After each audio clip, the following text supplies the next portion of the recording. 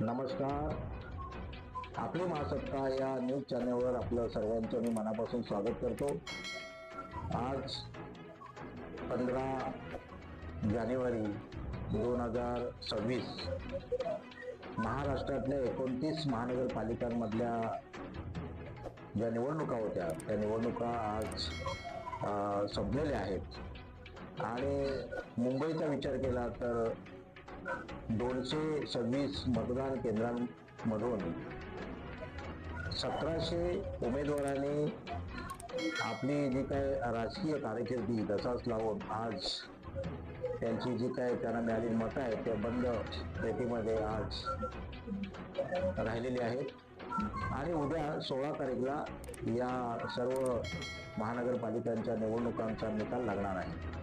अर्थात ही जी निवडणूक आहे या निवडणुकीच्या संदर्भात बोलायचं झालं तर या निवडणुकीमध्ये कमालीचा जो विश्वास आहे किंवा एकमेकांवरती जो काय टीकेच शस्त्र प्रत्येक पक्षाने शस्त्र उगारलेलं आहे. आणि या निमित्ताने सांगायचं एवढंच आहे की निवडणूक ही विकासासाठी आणि त्यातच स्थानिक स्वराज्य संस्था या संस्थांच्या निवडणुका जेव्हा होतात त्यावेळेला स्थानिक विकासावरती भर दिला जातो. विकास करण्याच्या उद्देशानेच या निवडणुका घेतल्या जातात. परंतु या निवडणुकीला हिंसे दिसली, एकमेकांवरती फार मोठ्या प्रमाणामध्ये आरोप प्रत्यारोप असे झाले आणि यातूनच काही उमेदवारांचा जीव देखील या ठिकाणी गेलेला आहे. अर्थात ही निवडणुका यासाठी आहे की इतिहासामध्ये म्हणजे ह्या महानगरपालिकेच्याच काय की सगळ्या निवडणुकांच्या इतिहासामध्ये सर्वप्रथम बिन उमेदवार हे जाहीर झाले आणि ही भयानक परिस्थिती या मुंबईने पाहिली आहे. जवळजवळ 7 ते 65 उमेदवार हे भाजपाचे बिनविरोध आले आणि ते कसे आले, का झालं हे सगळं सर्वश्रुत आहे, सगळ्यांना माहिती आहे की आज या निवडणुकांमध्ये भरमसाठ पैशाचा वापर केला जातो, एकमेकाला धमक्या दिल्या जातात आणि त्यातूनच काही लोकांना माघार घेण्यासाठी प्रवृत्त केलं जातं. अशा पद्धतीचं या निवडणुकीच्या दरम्यान जो प्रकार घडला तो फार निंदनीय प्रकार आहे.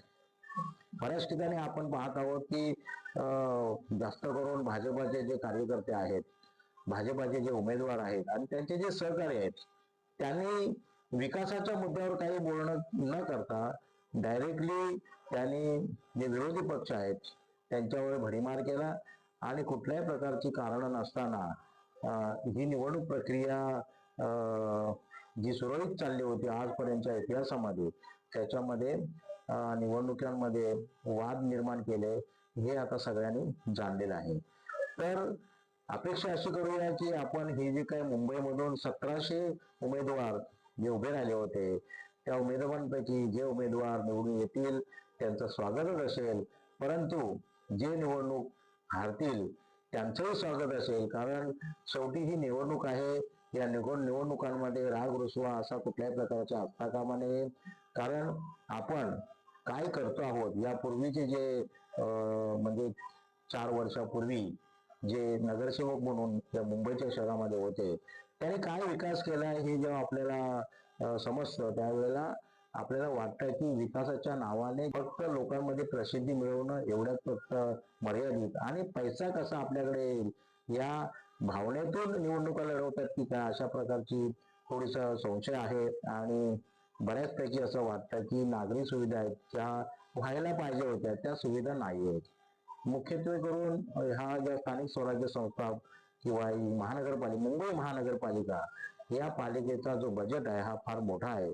तरी सुद्धा मुंबईची जी अवस्था आहे, आज मुंबईचे रस्ते आहेत, पाण्याचा प्रश्न आहे, चालण्यासाठी रस्त्याच्या बाजूला फुटपाथ नाही आहेत, असे अनेक समस्या आहेत की ज्या समस्यांमुळे आजही नागरिक त्रस्त आहेत. मात्र लोकशाहीवर लोकांचा विश्वास असल्यामुळे आजही मोठ्या प्रमाणात मतदान केलं जातं आणि ही लोकशाहीची पोच आहे किंवा ही लोकशाहीचं जय असं आपण म्हणूया. कारण या भारतामध्ये किंवा भारताने जे संविधान स्वीकारलेलं आहे या संविधानाच्या अनुरूप लोकांमध्ये आता जनजागृती होते आणि त्याचाच परिणाम म्हणून मतदान मात्र बऱ्यापैकी होत आहे. मात्र त्याचा दुरुपयोग करणारे जे उमेदवार आहेत किंवा ज्या उमेदवारांची पार्श्वभूमी किंवा त्यांचा जो पूर्व इतिहास आहे हा खराब आहे. कारण गुन्हेगारी क्षेत्रामधला त्यांचा जो काय काहींचा, सगळेच नाही आहेत, पण काही लोक हे गुन्हेगारी क्षेत्रामध्ये प्रचलित आहेत. काही जण भ्रष्टाचार किंवा अशाच पद्धतीने चुकीच्या पद्धतीचा गैरवापर पदाचा करणारे बरेचसे उमेदवार किंवा उद्याचे निर्माण होणारे नगरसेवक होऊ नये यासाठी जनतेची एक अपेक्षा असेल. आणि पुन्हा एकदा आपली महासत्ता या न्यूज चॅनलतर्फे सर्वांचंच अभिनंदन करतो आणि पुढील उद्या जे निवडून येतील त्यांना खूप खूप शुभेच्छा. आणि विकासाच्या कामाला त्यांनी कुठल्याही प्रकारचा मतभेद न करता विकासाच्या कामाला सुरुवात करावी अशा प्रकारची शुभेच्छा सदिच्छा व्यक्त करतो. नमस्कार.